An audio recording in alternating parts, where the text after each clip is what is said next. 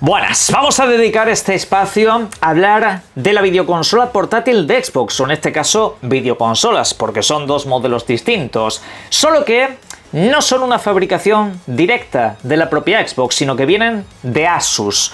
Esa es la casa desarrolladora de estas plataformas de las que vamos a hablar en el vídeo de hoy. La consola propia de Xbox será más adelante. Eso quiero que lo tengan ustedes presentes desde el principio del vídeo, que luego no lo tenga que repetir 20 veces. Pero bueno, vamos a repasar sobre todo cuáles son los conceptos básicos, es decir, la potencia que ofrece de cada uno de estos modelos, y luego de eso también tenemos que comentar qué es lo que puede reproducir esta videoconsola, qué videojuegos acepta, cuáles videojuegos no, sobre todo porque no van a ser baratas. También especularemos acerca del tema del precio, que no ha sido presentado oficialmente. Lo que sí se sabe es que llegará durante las próximas navidades, así que quédense por aquí y hablemos un poco.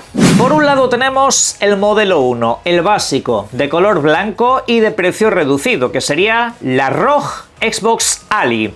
Este sistema pues obtendría, pues por ejemplo, un procesador AMD Ryzen Z2A con una memoria RAM de 16 GB, sistema operativo Windows 11 Home. Tendría pues una pantalla de 7 pulgadas, resolución 1080p, relación aspecto 16:9.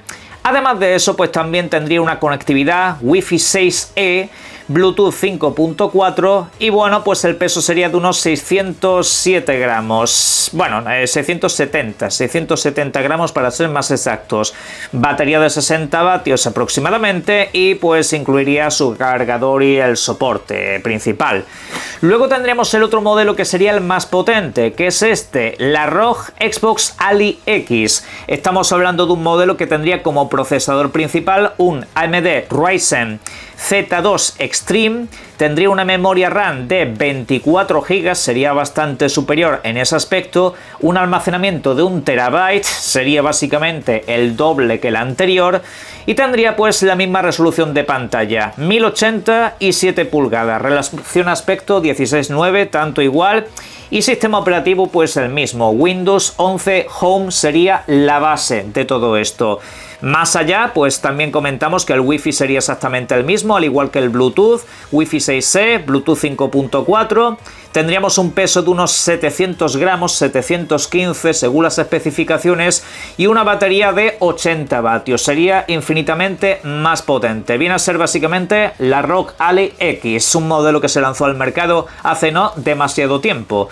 Pues estos serían los modelos y luego las características que acabamos de comentar darían paso a el tema videojuegos.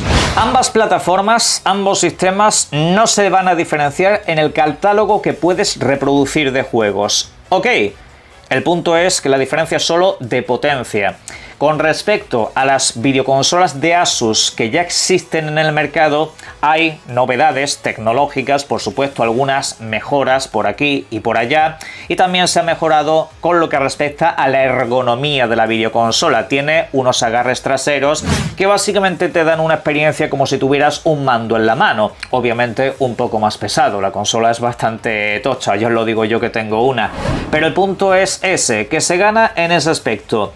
El catálogo posible sería, concretamente, ya que Xbox le da su seña de identidad, le da su marca, le añade ese botón Xbox que es para abrir el Game Bar, que básicamente son un catálogo de opciones para que tengas acceso, pues yo que sé, a tus capturas, a tus logros, a pues el chat de voz y todos esos rollos que tienes en el mando normal. Pero lo reproducible sería el catálogo de Xbox PC. Eso es lo que tenéis que tener en cuenta.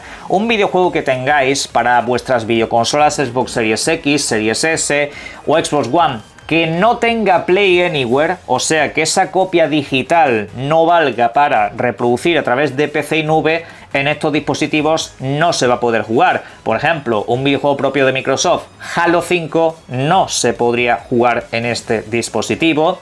salvo que lo hagas de manera remota, porque este dispositivo también tiene la posibilidad, al igual que hace por ejemplo PlayStation Portal, de que tú tengas activada una videoconsola en la casa donde corresponda y tú de manera remota pues estés jugando viéndolo a través de la pantalla. Bien, pues puede ser una solución de hecho para gente que quiere portabilidad pero que sigue queriendo mantener su videoconsola de sobremesa, y hay parte de ese catálogo que no se puede mover ahí de manera nativa, así que pues lo dicho, mediante control remoto o nube es posible.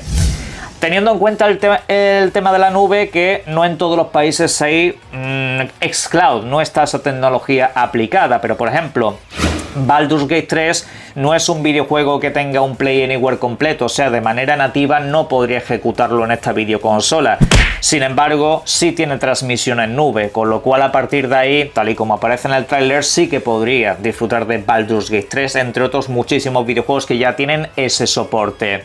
Fuera de ahí, pues también tendréis para reproducir todo el catálogo de vuestra biblioteca de Steam, Epic Games, Battle.net y todas esas lanzaderas que tiene el mundo del PC Gaming. Eso es así de sencillo, incluyendo por ejemplo, que esto siempre ha dado lugar un poco al tema morboso de las exclusividades y tal, los videojuegos de PlayStation que estén disponibles en dichas plataformas, véase Ghost of Tsushima, véase el Spider-Man de Insomniac Games o cualquier otro videojuego que se os ocurra que esté ahí disponible. Ok, se podrían ejecutar de manera nativa en esa videoconsola, pero claro, repito, a través de vuestras compras y lanzaderas en Steam particularmente, que es donde se están lanzando todos estos videojuegos, ¿vale? Eso es lo que tenéis que tener presente. A futuro esto puede cambiar y toda tu biblioteca de videojuegos debería de ser reproducible a través de este sistema. A futuro eso debería cambiar. Concretamente con este sistema no lo sé, porque tendrían que actualizar el sistema operativo y traer alguna especie de emulación para la videoconsola de sobremesa de toda la vida. Pero en principio, catálogo de PC. Eso es lo que tenéis que tener en cuenta. El resto, dispositivo remoto y nube. Esas serían las opciones para que puedas disfrutar de todos los videojuegos que te apetezcan. Por eso Microsoft, de hecho, en este último evento ha puesto mucho hincapié en decir Play Anywhere, Play Anywhere, Play Anywhere. Eso vale para muchos videojuegos propios y también de terceros. ¿Cómo saber qué videojuegos de mi biblioteca precisamente en Xbox son compatibles? Pues os invito a que os vayáis a la aplicación de Xbox en cualquier PC, en el que sea, en un portátil, aunque no pueda reproducirlos, y os metéis en la sección Mi Biblioteca. Ahí miráis lo que son vuestros videojuegos en propiedad y voilà, ahí os aparecerán pues todos los videojuegos que son compatibles dentro del mundo del PC y a su vez también compatibles dentro de estas videoconsolas de las que estamos hablando, de cualquier ROG Ally en general, no solamente de estos dispositivos en concreto. Por lo demás, cabe decir que hay muchísimas compañías que cada vez se están sumando más a esto. Prácticamente todas las novedades de Square Enix, de Sega, algunos videojuegos selectos de Capcom y compañías sobre todo de corte independiente que llevan sus videojuegos a Game Pass, van a poder obtener ahí pues todo lo que son sus videojuegos y que te sirvan también para la videoconsola de sobremesa que hayas tenido toda la vida. Pero eso va en progresivo. ¿Y cuánto podría costar este dispositivo que por supuesto también va a reproducir la aplicación de Game Pass? Pues oye, este dispositivo, honestamente, en su versión más básica, en la versión blanca, la de 512 GB, yo no espero que eso valga menos de 600-700 euros. Yo hablo en euros de mi territorio. Y la versión negra, la versión más cara, la versión de 1 TB, pues esa versión yo supongo que no debería de bajar de los 800 o 900 pavos.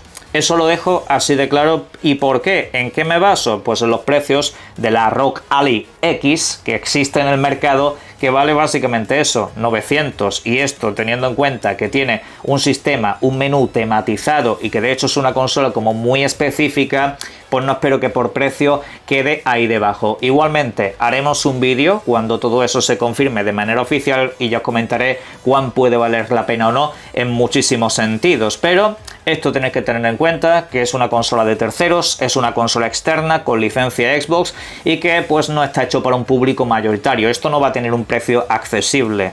Tenerlo en cuenta antes de haceros cualquier tipo de pensamiento. Pero bueno, lo comentaremos en próximos vídeos. En la caja de comentarios me podéis dejar todo lo que serían vuestras dudas y os invito a que disfrutéis mucho de los videojuegos. Un saludo.